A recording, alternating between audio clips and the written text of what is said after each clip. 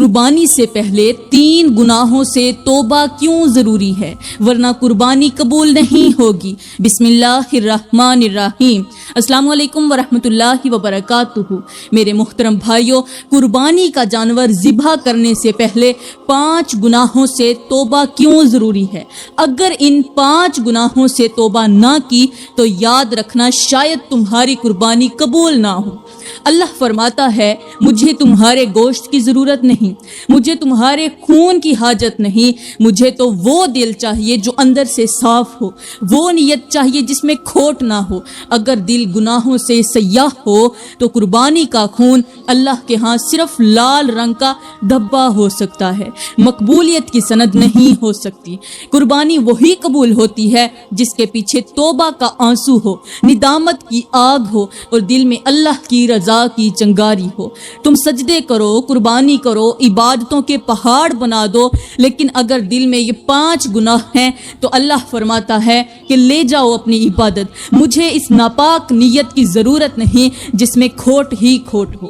میرے پیارے نبی صلی اللہ علیہ وآلہ وسلم نے فرمایا کہ قربانی کا خون زمین پر گرنے سے پہلے اللہ کے ہاں قبول ہو جاتا ہے۔ تو سوچو، اگر نیت کھوٹی ہو، دل میں گناہ ہو، دکھاوا ہو تو خون بہے گا ضرور، مگر وہ صرف زمین گیلا کرے گا، آسمان نہیں ہلائے گا۔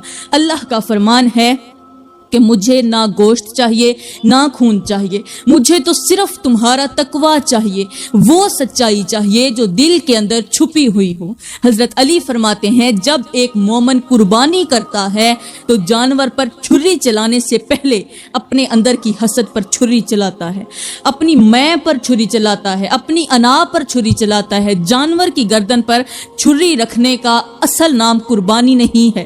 اصل قربانی تو یہ ہے کہ انسان اپنے نفس پر چھری رکھ کر اللہ اکبر کہتے ہی پہلے نفس کو مار دے، پھر قربانی کرے، ورنہ جس نے بس جانور ہی خریدا، دکھاوے کی نیت پر اس پر چھری چلائی اور سوشل میڈیا پر فخر یا ہیش ٹیگ لگا کر کہا الحمدللہ قربانی مکمل ہوئی۔ نہیں میرے بھائی، قربانی تو ان کی مکمل ہوتی ہے جن کا دل خشیت الہی میں روتا ہے، جو رو کر کہتے ہیں اللہ یہ قربانی تیری رضا کے لیے ہے، ہماری نمائش کے لیے نہیں۔ ورنہ جو لوگ نمائش کے لیے قربانی کرتے ہیں، صرف سوشل میڈیا پر ویڈیو اپلوڈ کرنے کے لیے قربانی کرتے ہیں، ایسی لوگوں کی تو قربانی پر شیطان ہنستا ہے، شیطان بھی ہنس کر دیکھتا ہے اور کہتا ہے شاباش، تم نے صرف میرے لیے قربانی کی ہے، رب کے لیے نہیں کی۔ جوانوں جاگ جاؤ، قربانی سے پہلے اپنے دل کا آپریشن کرو، اپنی گندی نیت کا جنازہ نکال دو اور اپنی سوچ کو غسل دو، ورنہ وہ دن دور نہیں جب قربانی کے جانور تو ذبح ہوں گے مگر تمہاری بخشش کی امید چھری کے نیچے آ جائے گی۔ اب بات کرتے ہیں کہ آخر وہ کون سے بد نصیب لوگ ہیں جن کے لیے جانور ذبح کرنے سے پہلے توبہ کرنا لازم ہے، کیونکہ اگر ان 5 لوگوں نے قربانی سے پہلے اپنے گناہوں سے توبہ نہ کی تو یاد رکھنا یہ جانور ان کے لیے رحمت نہیں، لعنت بن جائے گا۔ یہ جانور زبان نہیں رکھتا مگر اس کا دل اللہ کے ذکر سے ضرور آباد ہوتا ہے، اور اس کا دل بد دعا دیتا ہے ان ہاتھوں کو جو گناہوں میں ڈوبے ہوئے ہوں۔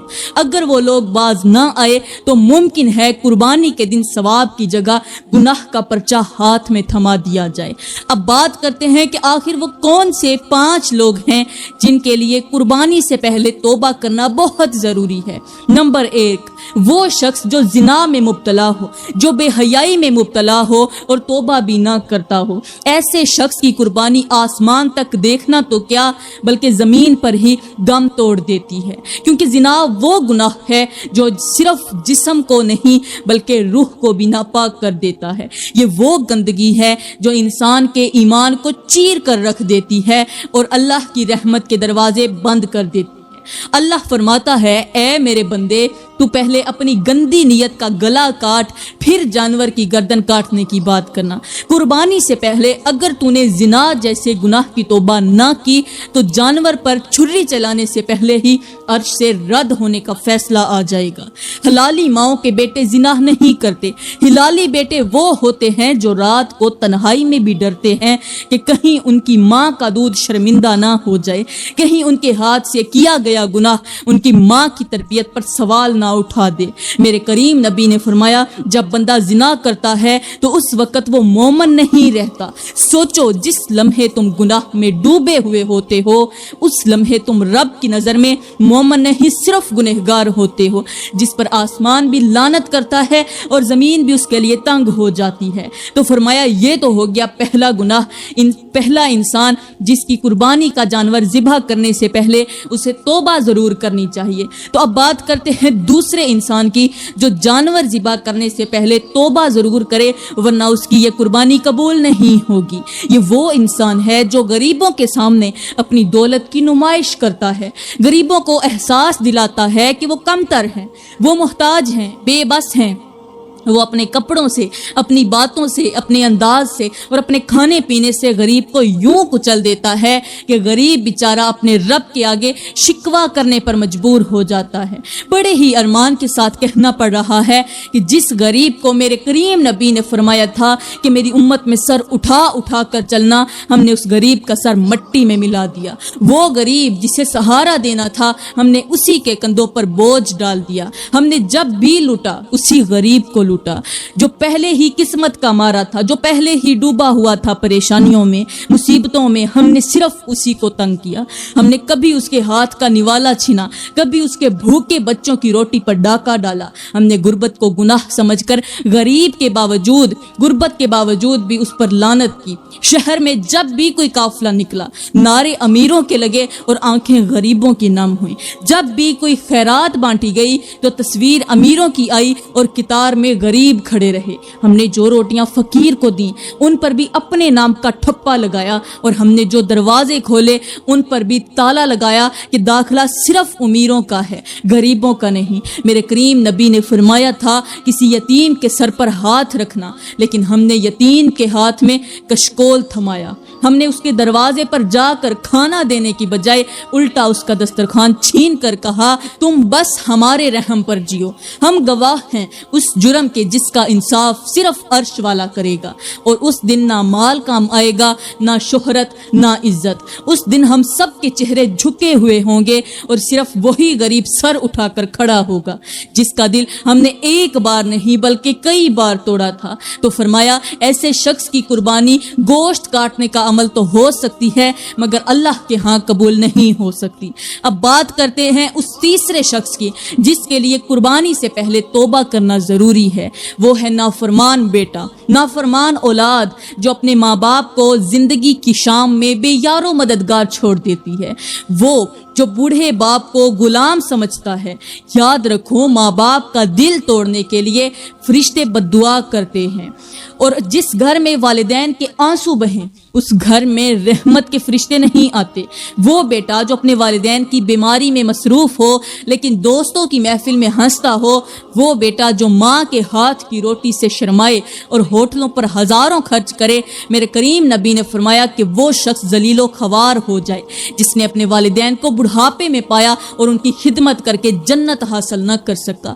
تو سوچ لو اگر تمہارے والدین تم سے ناراض ہیں تو تمہاری قربانی کی خوشبو عرش تک نہیں پہنچے گی۔ میرے محترم بھائیوں، کتنے خوش قسمت ہوتے ہیں وہ بیٹے جو اپنے باپ کی آواز کے منتظر رہتے ہیں۔ باپ جب بھی بلاتا ہے تو وہ اپنے دوستوں کی محفل چھوڑ کر محبت سے لبیک کہہ کر باپ کے سامنے حاضری دیتے ہیں، اور جب باپ کسی کام کا کہے تو سر جھکا کر کہتے ہیں ابا آپ کا بیٹا حاضر ہے۔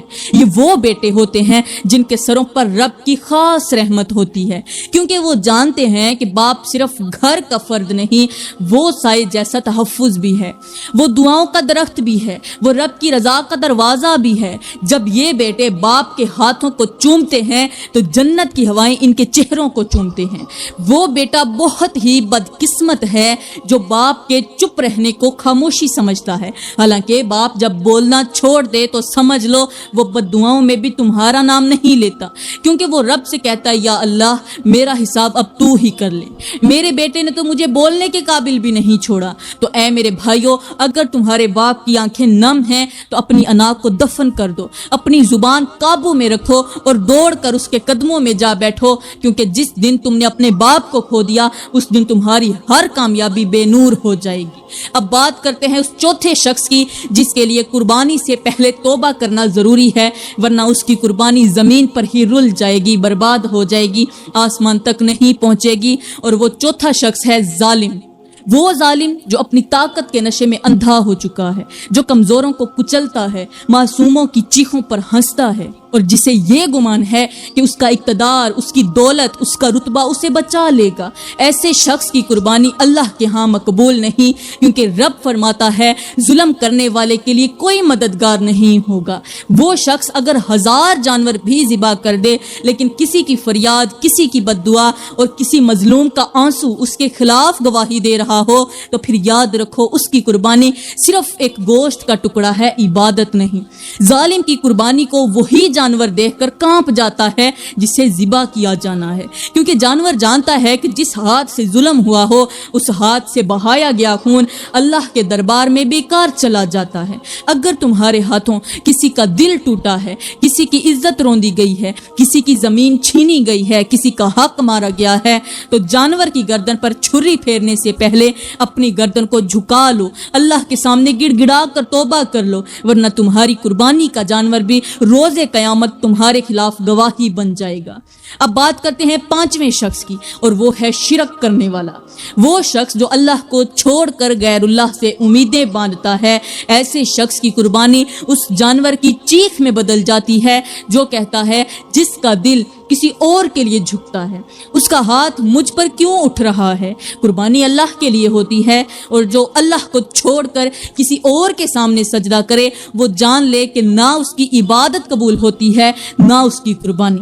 تو فرمایا یہ وہ 5 لوگ ہیں جن کے لیے لازم ہے کہ وہ قربانی کا جانور ذبح کرنے سے پہلے ضرور توبہ کریں، اور صرف زبانی توبہ نہیں بلکہ دل سے، روح سے، آنکھوں کے آنسوں سے پختہ توبہ کریں، کیونکہ اگر توبہ نہ کی گئی تو ان کے ہاتھوں سے بہنے والا خون عبادت نہیں بلکہ ایک رسم بن کر رہ جائے گا۔ کیونکہ اللہ کو نہ تمہارے جانور کی کھال چاہیے، نہ گوشت چاہیے، نہ خون چاہیے، اسے اگر چاہیے تو صرف تمہارا پاک دل، تمہارا تقوی، تمہاری نیت اور تمہاری عاجزی۔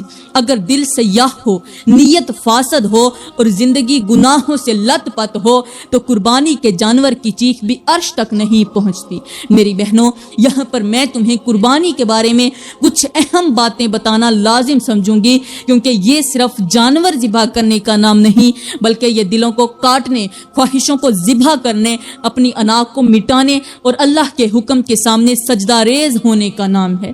یہ وہ واقعہ ہے جس نے زمین کے ذرے ذرے کو ہلا دیا، آسمانوں میں کوہرام مچ گیا، فرشتے سجدے میں گر گئے اور شیطان رونے لگا۔ اور وہ لمحہ جب حضرت ابراہیم علیہ السلام اپنے نور نظر، اپنی آنکھوں کی ٹھنڈک، اپنے بڑھاپے کے سہارے حضرت اسماعیل علیہ السلام کو لے کر اس وادی میں پہنچے جہاں نہ سایہ تھا نہ پانی، صرف ایک آزمائش تھی، رب کی رضا کی خاطر، ایک ایسا فیصلہ جو عقل سے باہر تھا، جذبات سے بلند تر تھا، محبت سے ٹکرا جانے والا تھا۔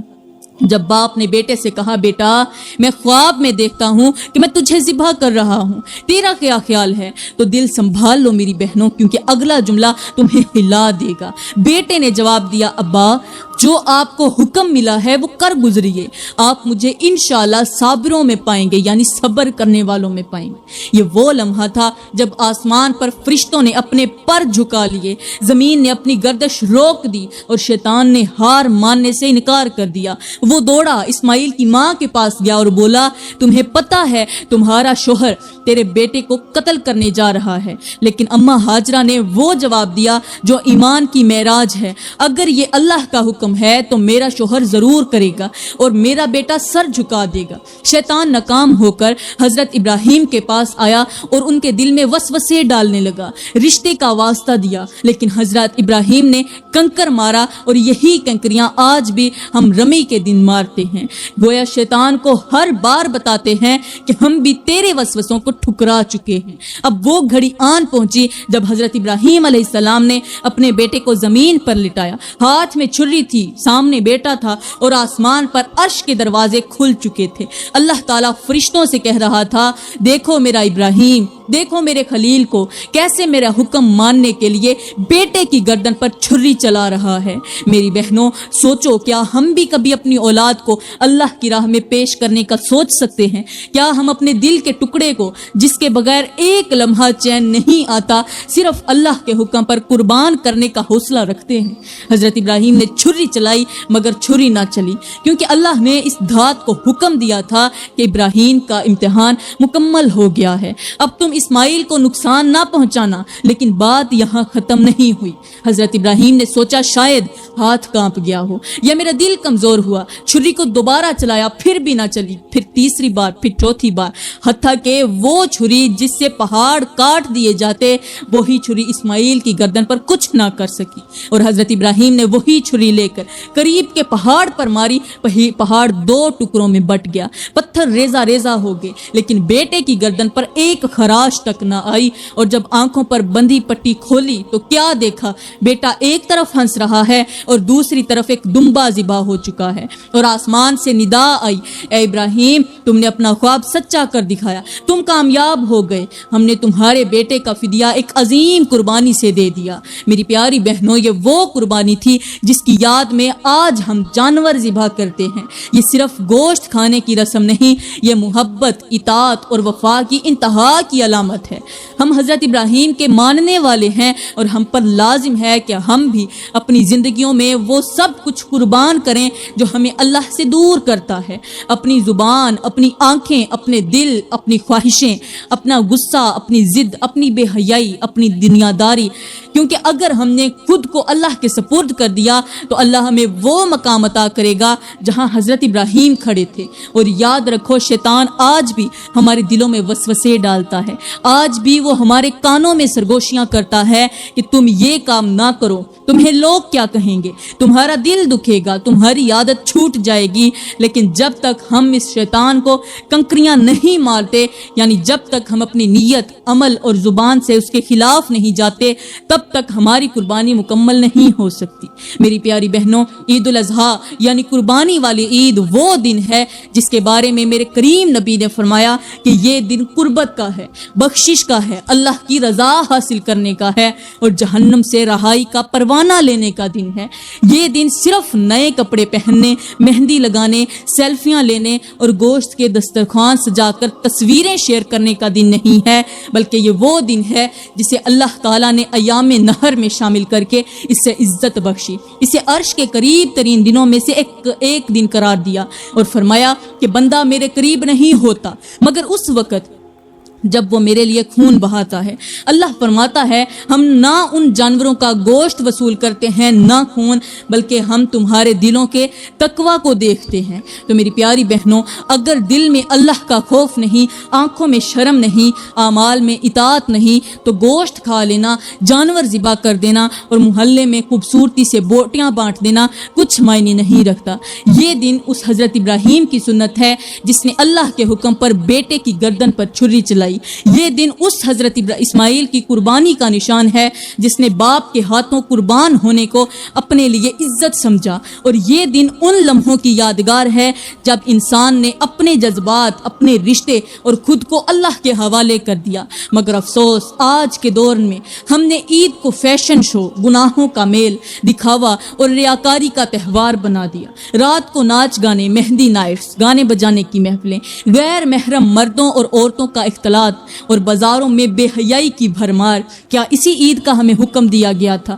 میرے کریم نبی نے فرمایا جب بندہ عید کی رات اللہ کی یاد میں گزارتا ہے تو قیامت کے دن اس کا دل زندہ ہوگا، جس دن بہت سے دل مردہ ہوں گے۔ تو سوچو تم کہاں گزارتی ہو عید کی رات؟ واٹس ایپ پر، انسٹاگرام پر یا گانوں کی ویڈیوز پر ہنستے ہنستے رب کے غضب کو دعوت دیتی ہو؟ اللہ تعالیٰ نے فرمایا جو میرے حکم پر جانور ذبح کرے میں اس کے ہر بال کے بدلے نیکی لکھتا ہوں۔ اتنا بڑا انعام، اتنی بڑی فضیلت، مگر ہم کیا کرتے ہیں؟ جانور کی نمائش، تصویریں، ساؤنڈ سسٹم، شور شرابہ، پڑوسیوں کو تکلیف دینا، فضول خرچی، یہاں تک کہ جانور کے ساتھ ظلم، چوٹ مارنا اور حد سے زیادہ دکھاوا، کیا یہی اللہ کی رضا ہے؟ کیا یہی قربانی ہے؟ میری پیاری بہنوں، عید کی اصل روح کو سمجھو۔ یہ دن روحانی بلندی حاصل کرنے کا ہے، اپنی غلطیوں پر ندامت کا ہے اور رب کے سامنے جھک جانے کا دن ہے۔ مگر آج کے دن بعض عورتیں ناچ گانے کی ویڈیوز بناتی ہیں، مرد کہے لگاتے ہیں، بچے بے پردگی اور بے ادبی کے لیکچر میں مگن رہتے ہیں اور بزرگ خاموش تماشائی بنے سب کچھ دیکھتے ہیں۔ پھر ہم روتے ہیں کہ ہماری قربانیاں قبول کیوں نہیں ہوئی، ہمارے گھروں میں برکت نہیں آتی، ہمارے بچوں میں نافرمانی ہے، شوہر کی کمائی میں بے برکتی ہے، رشتے خراب ہو رہے ہیں، رزق تنگ ہو گیا ہے، صحت خراب ہے۔ مگر ہم نے کبھی نہیں سوچا کہ ہم نے اللہ کے دن کو اللہ کی مرضی سے گزارا بھی ہے یا نہیں۔ تو میری بہنوں، یہ عید ایک موقع ہے معافی مانگنے کا، واپس پلٹنے کا، رب کے قریب ہونے کا، لہٰذا جلد توبہ کر لو، ورنہ یاد رکھنا وہ دن دور نہیں جب تم اللہ کے غضب کا نشانہ بن جاؤ گی۔ میں دعا کرتی ہوں کہ اللہ تعالیٰ ہمارے گناہوں کو معاف فرمائے، ہمیں اچھی نصیحتوں پر عمل کرنے کی توفیق عطا فرمائے۔ آمین ثم آمین، وما علینا الا البلاغ المبین۔